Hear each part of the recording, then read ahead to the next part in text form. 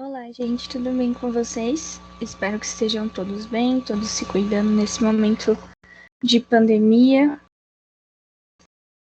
Hoje a gente vai falar um pouquinho mais aprofundadamente sobre farinha de trigo, né? Então a gente vai continuar falando sobre panificação, para que assim vocês consigam ter toda a sua base teórica e a gente comece a ir para a cozinha assim que possível, assim que a gente puder retornar presencialmente, tá bom? Então vamos lá. Então, sobre panificação, o que é importante saber? Né? Todas aquelas questões da primeira aula elas são muito importantes para vocês terem pelo menos uma introdução do que é isso, né? E eu, na segunda aula, eu gosto sempre de falar sobre o produto mais importante, né, da panificação. Sem ele, a gente não consegue produzir pães com uma qualidade máxima, né? Então, a gente precisa sempre falar sobre farinha de trigo, né, e a importância dela nessa arte que é a panificação. É possível fazer pão sem farinha de trigo? Sim, é possível fazer pão sem farinha de trigo. Porém, é muito mais complexo fazer pão sem farinha de trigo do que com farinha de trigo, né? Por conta do glúten, tá? Então, quando a gente não coloca glúten no pão, a gente tem uma série de outros processos que a gente tem que tomar cuidado. Quantidade de gordura, amido, o que a gente vai colocar para dar elasticidade. Então tem que pensar em todos esses pontos. Por isso que é uma questão tão complexa fazer pão sem glúten, né? Eu sei que tem gente que fala assim, é fácil, mistura aqui, mistura ali e dá tudo certo. Não, não dá tudo certo. Ele fica esfarelento, fica duro, depois você pode jogar na cabeça de alguém que você mata. De tão pesado que fica a massa, né? Então a gente tem que tomar esses cuidados, tá bom? Então vamos lá. Para começar, a farinha de trigo não é um produto nosso aqui do Brasil, né? Ela veio junto com os nossos colonizadores portugueses, porque a gente gosta de arroz e feijão, né? É a nossa base alimentar. E a do europeu é comer um pedaço de pão com alguma coisa, né? Então eles têm isso introduzido dentro da sua cultura. Nós não. A gente gosta de arroz, feijão, outro carboidrato. A gente come pão, sim, em uma quantidade muito grande. Porém, o nosso tipo de pão é aquele tipo de pão que a gente come em horários específicos, né? Então, por exemplo, no café da manhã ou no café da tarde. Muito dificilmente ali em algum momento, como algum aperitivo, algo assim. Mas ele não está enraizado dentro dos nossos almoços e jantares, então das nossas refeições mesmo, horário de refeições, aqueles que a gente sempre tem, né? Que são o almoço e o jantar. Então, nesses horários, a gente não está acostumado a comer um pão, né? Isso, a gente não coloca pão e macarrão no mesmo prato, né? Não é uma característica nossa, cultural, tá? Então, quem introduz a farinha de trigo no Brasil são os portugueses. Por quê? Quando eles chegaram aqui, eles descobriram que não tinha trigo. E eles comem pão o tempo inteiro. E eles tentaram produzir com mandioca, né? Mas o amido da mandioca é muito diferente do amido da farinha de trigo. Então, ficou ruim, né? Não chegou na característica que eles estavam procurando. Então, eles trouxeram o trigo, começaram a plantar.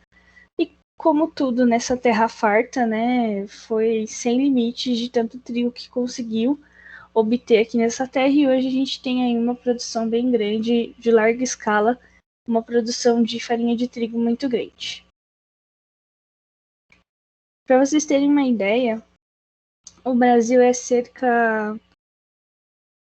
tem cerca de 6 milhões de toneladas de trigo ao ano, né? Então, a gente consegue produzir 6 milhões de toneladas de trigo ao ano, tá? Para consumo e para venda desse produto tão importante aí para alimentação.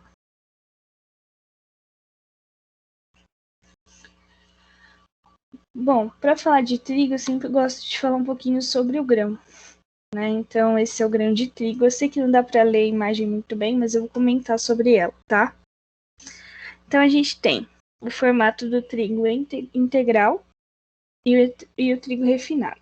O trigo refinado ele é só o endosperma, tá? O trigo integral ele já é composto pelo germe, o pericarpo e o endosperma, tá?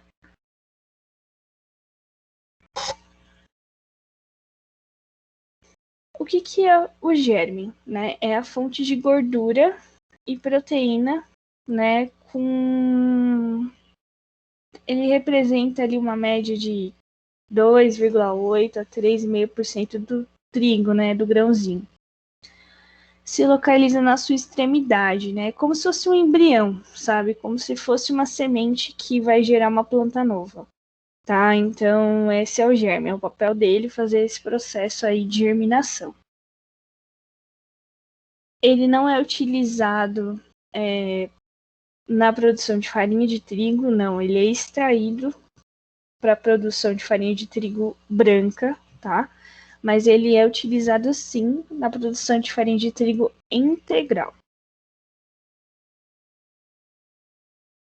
A gente tem o pericarpo, né, que nada mais é do que o farelo também, tanto faz, que é a casca, que contém fibras, principalmente celulose e vitaminas e minerais. Então toda a parte, digamos assim, boa, né, que vai trazer benefícios à saúde está na casca. Como vocês podem notar, depois que tira a casca, o trigo está refinado. Então, a farinha branca não tem esses minerais e essas fibras que tem na farinha de trigo integral, porque na integral a gente vai usar o trigo inteiro, o grão inteiro. No refinado, não, a gente vai pegar o farelo ou o pericarpo, como vocês quiserem chamar, e aí a gente vai descartar esse produto da farinha de trigo refinada, ela vai ficar só na integral, tá? Mas é uma parte importante do trigo que traz aí alguns componentes que são benéficos à nossa saúde, né? Então eles fazem bem ao nosso corpo. Por último, mas não menos importante, a gente tem o endosperma, né? Que é toda essa parte, como se fosse o miolo do trigo. Ele é basicamente, né, 80% do trigo. É de lá que a gente vai retirar a farinha refinada, porque é lá que está principalmente o amido e as proteínas que vão formar o glúten. Isso está tudo dentro do endosperma, tá? Então a gente precisa do endosperma para fazer farinha de trigo.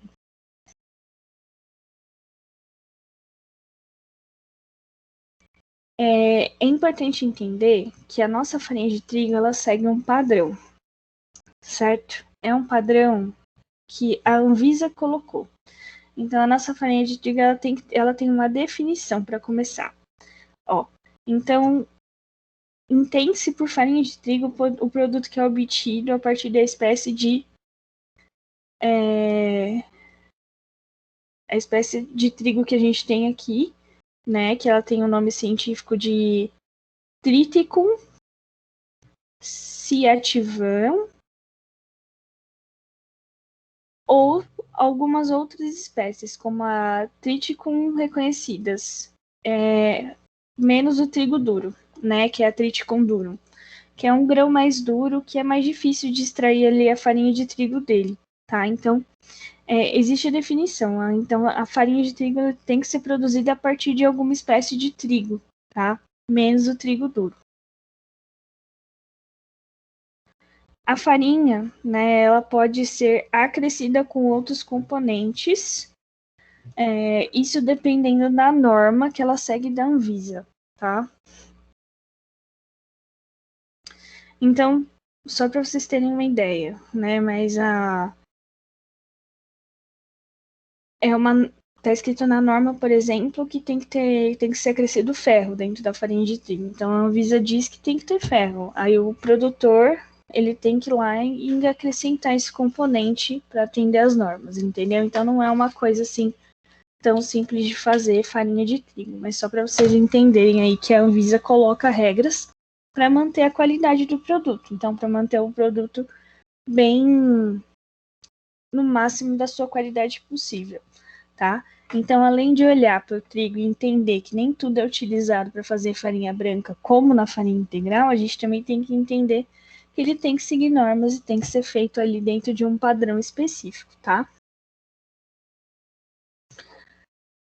Aí a gente tem 2 componentes importantes dentro da farinha de trigo que vão fazer total diferença na hora que a gente faz o nosso pão, tá? O primeiro componente é o glúten.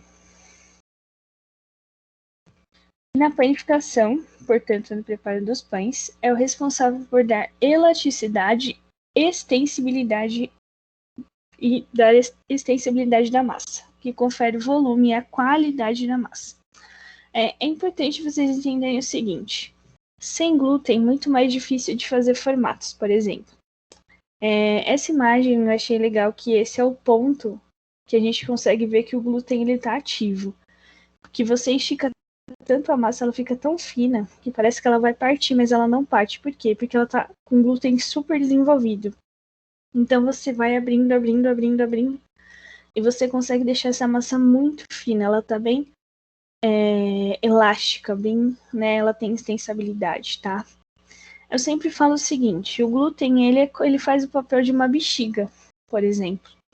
O fermento, né? Quando a gente coloca fermento biológico, principalmente, que é micro-organismo vivo, né? Dentro de uma massa de pão, ele vai comer e vai soltar gás carbônico dentro da massa, tá? Por isso que tem aquele cheiro bem característico de massa de pão, que você já sabe que está fermentando alguma coisa. Quando ele solta esse gás carbônico e a sua massa tá com glúten desenvolvido, ela vai fazer igual a bexiga, ela vai se encher como se você estivesse enchendo um balão. Agora, se você tem problemas no desenvolvimento do glúten, se você não desenvolver esse glúten direito, você pode associar esse processo com uma bexiga furada. Você tenta encher e ela não enche direito, ou ela vai murchando. Isso vai trazer características muito específicas para o seu pão. Então ele pode ficar mais duro, pode não crescer tanto, não ter tanta qualidade, não ser tão elástico. E tudo isso vai fazer diferença sim no seu resultado final, tá? Lembrem-se sempre, 2 formas de chegar no ponto exato de glúten dentro de uma massa de pão: processo mecânico e hidratação. Então, colocar líquidos e águas vai desenvolver o glúten e trabalhar muito pesadamente essa massa também. Por isso que a gente sova a massa de pão, tá? Que eu falo sempre assim, que se não fosse importante a gente não fazia, porque dá muito trabalho. Então a gente sova a massa de pão porque precisa sovar para desenvolver glúten, tá? E a outra parte importante da farinha de trigo. Eu coloquei 2 imagens para vocês terem uma ideia. Essa é uma massa de strudel, né? Nem todo mundo conhece, a gente fala sobre isso depois, porque não é importante, o que é importante é a massa, tá? É uma massa que ela tem que ficar super fina, porque ela vai ser enrolada depois, virar quase um rocambole de frutas secas, aí, só que mais crocante, tá? Eu quero que vocês vejam como essa massa tá fina. Isso aí é um glúten muito, muito, muito bem desenvolvido, tá? Ó. Nessa foto da mesa, parece uma toalha bege, mas na verdade é uma massa. Uma massa esticada e bem fininha.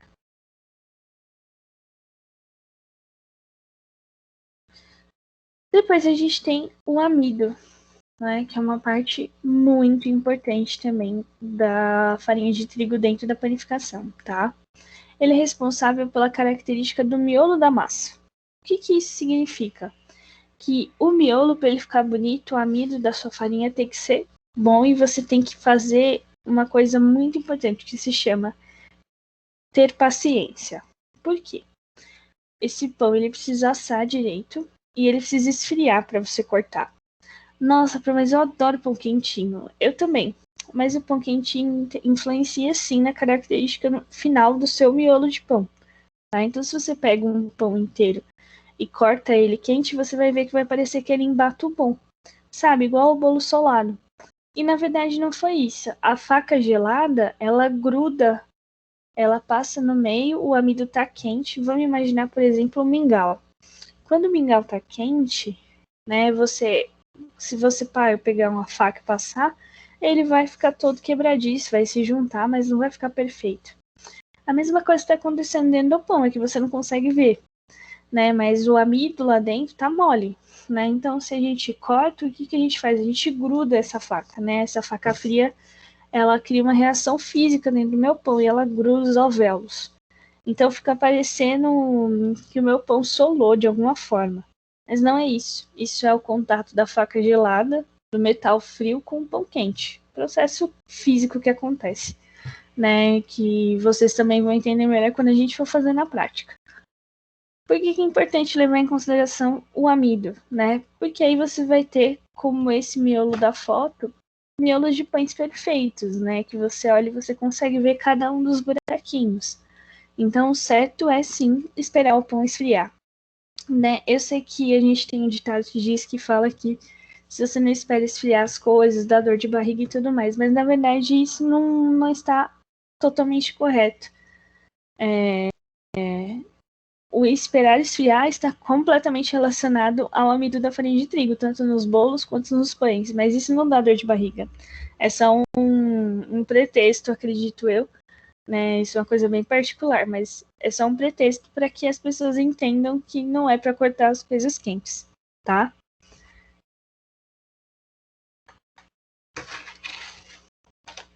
Gente, por hoje é só. E a gente vai continuar na próxima aula ainda falando sobre os ingredientes de panificação. Qualquer dúvida, eu estou à disposição de vocês, ok? Muito obrigada e até a próxima.